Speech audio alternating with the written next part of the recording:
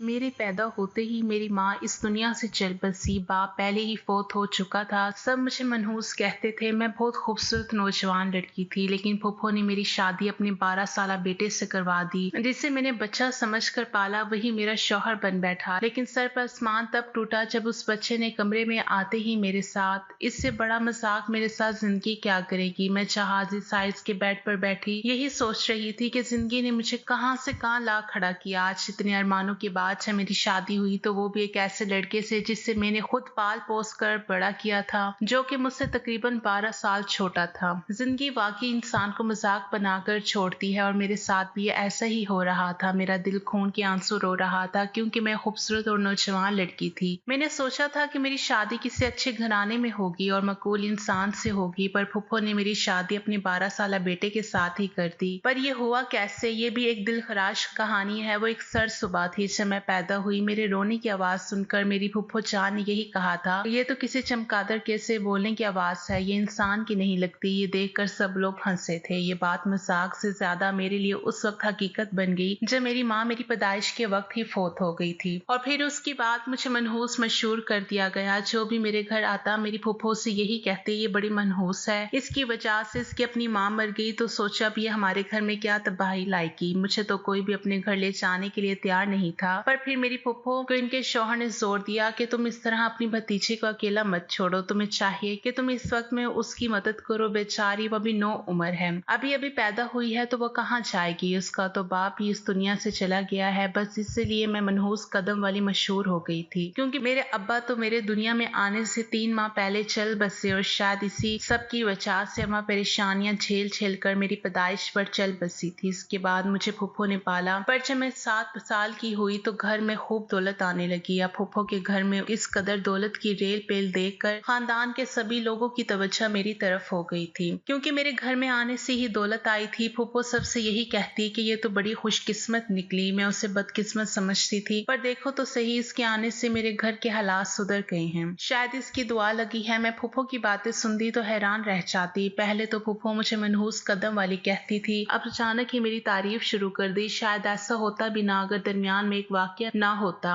हुआ यूं कि मुझे मेरी खाला अपने घर लेकर गई, पर जिस दिन से वो मुझे अपने घर लेकर गई थी मेरी फुफ्फो के घर में नुकसान हो रहा था। और रोज रोज नुकसान होता कि फुफ्फो को समझ ना आती कि ऐसा क्या हुआ है। आखिर उन्होंने अंदाजा लगाया कि मेरे जाने के बाद ये सारे नुकसान हो रहे हैं। तो फुफ्फो ने अपने कान पकड़ लिए, बोली कि अब तो मैं इस लड़की को यहाँ से कहीं ना जाने दूंगी। ऐसा ही हुआ। जब वो मुझे वापस अपने घर लेकर आई तो घर में होने वाले नुकसान में कमी वाकई होने लगी, बल्कि वही नुकसान फायदे में बदलने लगा। तब मेरी फूफो को यकीन आया कि वाकई इस लड़की के मुबारक कदम है, आइंदा इसे घर से बाहर नहीं जाने दूंगी। और फिर फूफो ने जो कुछ शुरू किया वो मेरे लिए एक नई मुसीबत थी। मैं तो समझी थी कि फूफो मेरे साथ अच्छा रवैया इख्तियार करेंगी, पर इन्होंने मुझे सोने वाली चिड़िया समझ लिया और दिन रात मेरी हिफाजत करने लगी कि मैं कहीं किसी से बातचीत ना कर लूं। फूफो कहती कि मेरा कोई बेटा तेरा हम उम्र होता तो मैं इसके साथ तेरी शादी कर देती। इनके बार बार कहने के बावजूद भी मेरा ध्यान उस तरफ नहीं गया कि फूफो मुझे क्या कहना चाहती हैं। अभी फूफो का बेटा आमिर तकरीबन 12 साल का था और मैं 23 साल की थी कि एक दिन मेरी खाला घर आई। वो ड्राइंग रूम में बैठी फूफो से बातें कर रही थी। शायद वो फूफो से मेरा रिश्ता मांगने आई थी। वो अपने बेटे अली के साथ मेरी शादी करना चाहती थी। अली तकरीबन 25 साल का था, एक खूबरू नौजवान था। इसकी फैक्ट्री में नौकरी भी थी। खाला ने फूफो से पूछा कि आपने कायनात का रिश्ता कर दिया है या नहीं। तो फूफो बोली कि हाँ, मेरी बेटी का रिश्ता तो कब से हो गया है, आप अपने बेटे के लिए कोई और रिश्ता देखें। ये सुनकर खाला हैरान हो गई और फूफो से पूछने लगी कि भाभी आपने कायनात का रिश्ता कहाँ तय कर दिया, अभी तो इसकी उम्र इतनी नहीं है। फूफो कहने लगी कि मैंने इसका रिश्ता जहाँ भी तय किया हुआ है, तुम लोगों को इसकी खबर लेने की जरूरत नहीं। जब ये छोटी थी तो इसको पाल पोस कर मैंने बड़ा किया, अब इसका रिश्ता भी मैं करूंगी। खाला पूछने लगी कि बहन मैं तुम्हें कुछ नहीं कहती, मुझे वैसे ही बता दो कि तुमने कायनात का रिश्ता कहाँ तय किया है। तब फूफो ने जो बात बोली उसने मुझे न सिर्फ हैरान कर दिया बल्कि मुझे रोने पर भी मजबूर कर दिया। फूफो बोली कि मैंने कायनात का रिश्ता अपने बेटे आमिर के साथ किया है। ये सुनकर मेरी तो रातों की नींद ही उड़ गई थी। मैंने कहा आप ये क्या कह रही हैं। मैं भी पर्दे के पीछे से निकलकर ड्राइंग रूम में आकर फूफो के सामने खड़ी हो गई थी। इन्होंने कहा तू हमारी बातें सुन रही थी, बहुत शौक है तुझे शादी करने का। फूफो ने मुझे झंझोड़ते हुए कहा ऐसी बात नहीं है फूफो, लेकिन आप मेरा रिश्ता अपने 12 साल बेटे से तो ना करें। मेरी बात सुनकर फूफो हंसने लगी। अरे भाई मैं क्यों ना करूं? तू इतनी मुबारक है मेरे लिए, तू तो सोने की चिड़िया है, मैं तुझे इस घर से बाहर नहीं जाने दूंगी। फूफो खुदारा मेरी जिंदगी तबाह ना करे, मैं अपने से 13 साल छोटे लड़के को कैसे शौहर मान लूं? मैंने चिल्लाते हुए कहा तो फूफो ने मेरे जबड़े पकड़ लिए और बोली, आइंदा अगर तूने ऐसी बात कही तो मुझसे बुरा कोई नहीं होगा। हम तुमसे 13 साल छोटा नहीं है, वो 17-18 साल का लगता है और तुम अभी जवान हो। मैं बहुत समझदार थी, कहने लगी कि अभी तो मैं जवान हूँ, कल को जब मैं 33 साल की हो जाऊंगी तो आपके बेटे की जवानी अभी अभी शुरू होगी, तब वो क्या करेगा? फूफो को जरा शर्म ना आई, बोली कि कोई बात नहीं, एक शादी इसकी तेरे से छोटी लड़की से भी करा दूंगी। मैंने कहा फूफो मैंने आखिर ऐसा क्या कसूर किया है कि आप मेरी शादी एक ऐसे लड़के से कराएंगी जो बाद में दूसरी शादी करे? फूफो के सर पर तो भूत सवार था, वो कह रही थी कि तुमसे शादी करना मेरे बेटे की मजबूरी है। मैंने इनको बहुत कहा कि मेरी शादी अपने बेटे से ना करें। फूफो बोली कि ऐसा नहीं हो सकता, ऐसे तो मेरे हाथ से निकल जाएगी, मैं इस सब पर भरोसा नहीं कर सकती, जल्द अज जल्द तेरी शादी करूंगी। फूफो की बातें सुनकर मैं रोने लगी। मेरी खाला ने मुझे तसल्ली दी और वहां से चली गई। वो और कर भी क्या सकती थी, मगर इससे पहले कि कुछ और होता पूरे खानदान में बात फैलती। फूफो ने एक अनोखा कारनामा ये किया कि उसी रात घर में मौलवी साहब को बुलवाया और कहने लगी कि चलो तुम दुल्हन वाले कपड़े पहनो और तैयार हो जाओ। मैं फूफो की बात समझी नहीं थी, मगर देखा तो फूफो अपनी आंखें निकाले खड़ी मुझे निकाह पर आमादा कर रही थी। मैंने कहा फूफो मैं निकाह नामे पर दस्तखत नहीं करूंगी तो मेरी शादी नहीं होगी। तब फूफो ने एक ऐसी बात बोली जिसने मेरा कलेजा छलनी कर दिया। वो बोली कि तेरी माँ भी ऐसी ही थी और तू भी ऐसी निकली, मैं तेरी जिंदगी तबाह कर दूंगी और अगर तूने मेरे बेटे से शादी नहीं की तो खुद को समझती क्या है, बहुत हूर परी है कोई जो मैं तेरे ऊपर मरी जा रही हूँ। तू यहाँ से गई तो किसी और के घर भी बस नहीं पाएगी, ये बात मेरी लिख कर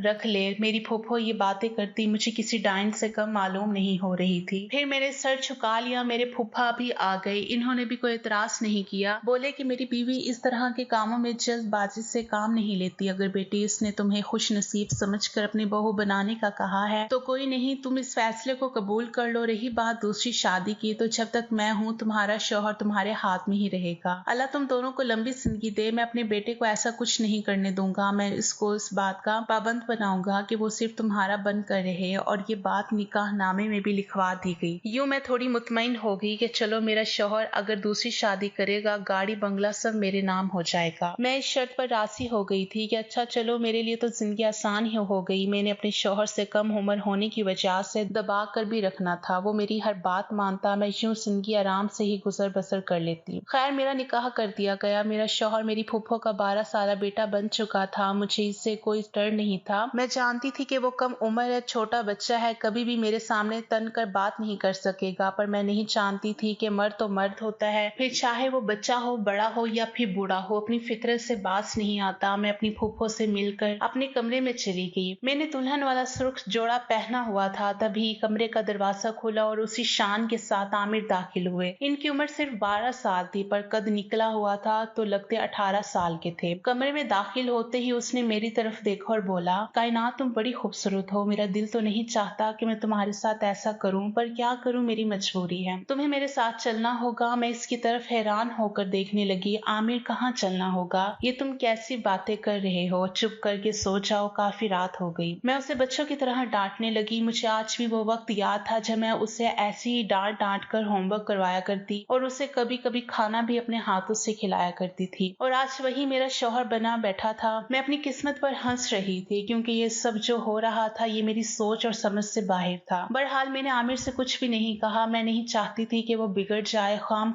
मुझसे किसी बात का बदला निकालने लग जाए। मैं तो उसकी बड़ी बहन ही की तरह थी। खैर फिर वो बेड पर आकर बैठा और मुझे एक ऐसी बात कही कि मैं हैरान रह गई। मेरी तरफ सर झुका कर बोला, मुझे माफ कर दो कायनात, अम्मा ने आपको लालच में आकर मेरे साथ ब्याह दिया है। अम्मा को ऐसा नहीं करना चाहिए था। मैं जब से बड़ा हुआ हूँ आपको मैंने अपनी हिफाजत करते ही देखा है। आपने मुझे माँ बनकर पाला है। अब अगर मैं आपसे शादी का रिश्ता निभाऊंगा तो ये तो ऐसी ही हो जाएगा कि माँ बहन का रिश्ता पामाल हो गया। मैं ऐसा सोच भी नहीं सकता। बाजी मैं आज भी पहले ही की तरह हूँ। अगर आप चाहो तो इस बात की तस्दीक कर सकती हो। आप बस कुछ दिन रह कर देखो। मैं आपको हाथ तक नहीं लगाऊंगा, ना ही आपसे कोई ऐसी बात करूंगा। हम बहन भाई ही रहेंगे, पर एक रात आपको मेरे साथ चलना होगा और वो रात आज ही की रात है। मैं आमिर की बातें सुनकर हैरान रह गई। एक तरफ आमिर मुझे बहन कह रहा था, दूसरी तरफ रात को मुझे अपने साथ चलने का कह रहा था। मैंने कहा, आमिर मैं समझी नहीं कि तुम क्या कहना चाहते हो। मुझे समझ नहीं आ रहा था कि क्या सवाल करूं और तुम हो कि मुझे यहाँ से भी चलने का कह रहे हो। आमिर मुझे दिलासा देकर बोला, आप ही मैं छोटा तो हूँ पर तुम्हारी हिफाजत तो कर सकता हूँ क्योंकि मैं एक मर्द हूँ। मैं तुम्हें जहाँ ले जाऊंगा उसके बाद तुम्हारी जिंदगी में कोई तकलीफ और परेशानी नहीं आएगी। तुम चलो, बस मैं तुम्हें यहाँ से निजात दिलाऊंगा और इसके बाद तुम अपनी जिंदगी में खुश रहोगी। ये कहकर मुझे उसने मेरी चादर ला कर दी और कहा कि ये ओढ़ लो और इसी जोड़े में रहो, इसको उतारना नहीं। मैं बाद में बताऊंगा कि क्यों नहीं उतारना। मेरे साथ गाड़ी में बैठो और अभी इस घर से निकलते हैं। खैर मुझे आमिर अपनी गाड़ी में बिठाकर बाहर ले आया। आमिर को छोटी सी उम्र में गाड़ी चलाना भी आता था। मैं बहुत हैरान थी कि आमिर किस कदर ध्यान से गाड़ी चला रहा था। काफी देर गाड़ी चलाने के बाद उसने गाड़ी एक जगह रोकी और एक शख्स को फोन करने लगा। हाँ, कहाँ हो तुम? दूसरी तरफ से कोई बंदा उसे जगह का पता बताने लगा तो आमिर ने गाड़ी उसी तरफ मोड़ दी। तकरीबन 10 मिनट की मजीद मसाफत के बाद हम लोग एक मस्जिद के बाहर पहुंच गए थे। मैंने देखा मस्जिद में बड़की रोशनियां अभी तक जगमगा रही थी। हालांकि रात के तकरीबन 2 बज रहे थे। मस्जिद दुल्हन की तरह सजी हुई थी। मैं वहां से गाड़ी से उतरकर अंदर आई। आमिर मुझसे कहने लगे कि मैं आपको अल्लाह के घर में ले आया हूँ, अब से आप यहीं रहेंगी। मैंने कहा, ये तुम कैसी बातें कर रहे हो आमिर? अल्लाह के घर में एक दुल्हन का क्या काम है और मैं यहाँ क्यों रहूंगी? मुझे यहाँ कौन रहने देगा? मस्जिद में तो सिर्फ मर्द ही आते हैं। तो वो हंसकर बोला, ऐसी बात नहीं है बाची, मैं यहाँ पर आपको इसलिए नहीं लाया, बस आप अंदर आए, आपको सारी हकीकत पता चल जाएगी। मैं अंदर गई तो ये देखकर हैरान रह गई कि मस्जिद के हर कोने बड़ी ही खूबसूरती से सजाए गए थे। रोशनियां जगमगा रही थी और सफेद कपड़ों में मलबूस एक नौजवान भी बैठा हुआ था जिसने अपनी नजरें झुका रखी थी। ये क्या है? मैंने परेशानी से आमिर को सवाल किया तो बोला, ये आपका शौहर है।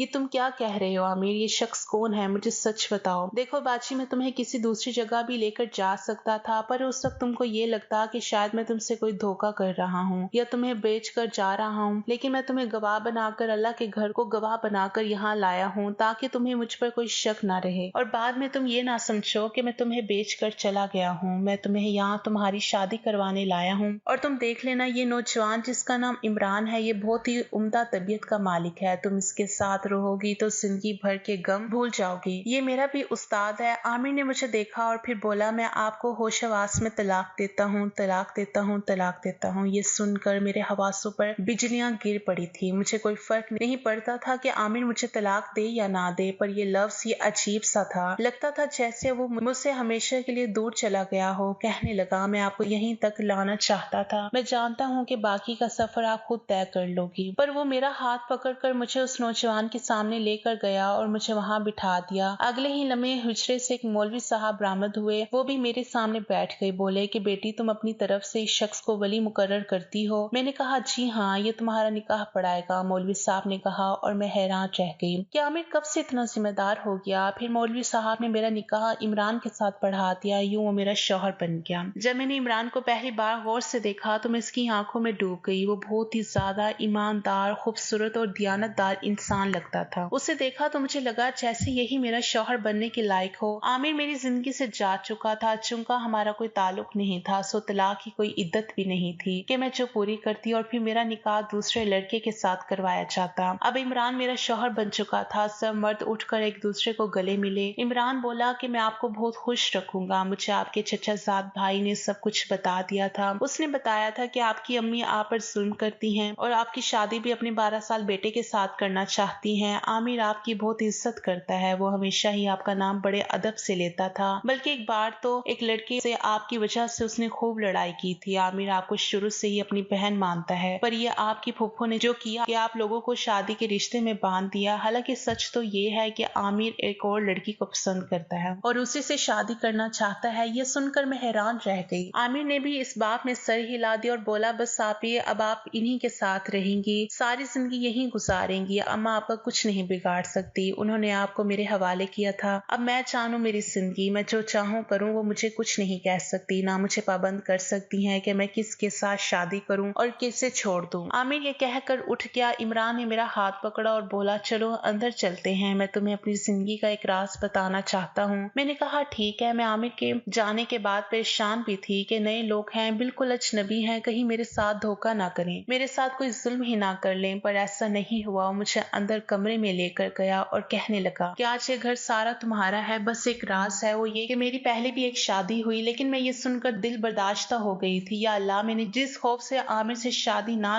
की थी वो खौफ यहाँ भी मेरे सर पर मंडला रहा है। पर फिर इमरान ने अगली बात शुरू की। मैं अपनी बीवी से मोहब्बत करता था, वो एक अमीर सादी थी, पर उसे शायद मेरा सादा सा तर्ज जिंदगी पसंद नहीं आया। एक दिन मुझे छोड़कर चली गई। मैंने भी उसे तलाक दे दी और अब मैं अपनी जिंदगी में बिल्कुल अकेला था। मैं शायद जिंदगी भर शादी ना करता, क्योंकि एक मोहब्बत करने के बाद इंसान में किसी दूसरे को चाहने की गुंजाइश नहीं रहती। पर जब मैंने आमिर के मुंह से आपकी सारी कहानी सुनी तो मैं मजबूर हो गया कि मैं आपका सहारा बनूं। ये कहकर इमरान ने मेरा हाथ पकड़ा और हमने एक नई जिंदगी का आगाज किया। मैं इमरान के साथ बहुत खुश हूँ। मेरी जिंदगी इसके आने से बहार हो गई है। मैं सब लड़कियों से यही इल्तिजा करती हूँ कि सब्र का दामन हाथ से कभी ना छोड़ें और अल्लाह से शिकवा ना करें, क्योंकि अल्लाह जो हमारे लिए लिखता है वो बहुत ही सादा, अजीम और हमारे लिए बहुत फायदेमंद होता है। ये हम ही हैं जो अल्लाह के दिए हुए रुज़्क़ को और अल्लाह के लिखे हुए मुकद्दर को समझ नहीं पाते। आपको अगर ये कहानी अच्छी लगी है तो इस वीडियो को लाइक कीजिए और इस तरह की मज़ीद कहानियां सुनने के लिए हमारे चैनल को जरूर सब्सक्राइब कीजिए। आपसे मुलाकात होगी अगली वीडियो में। तब तक के लिए अल्लाह हाफिज।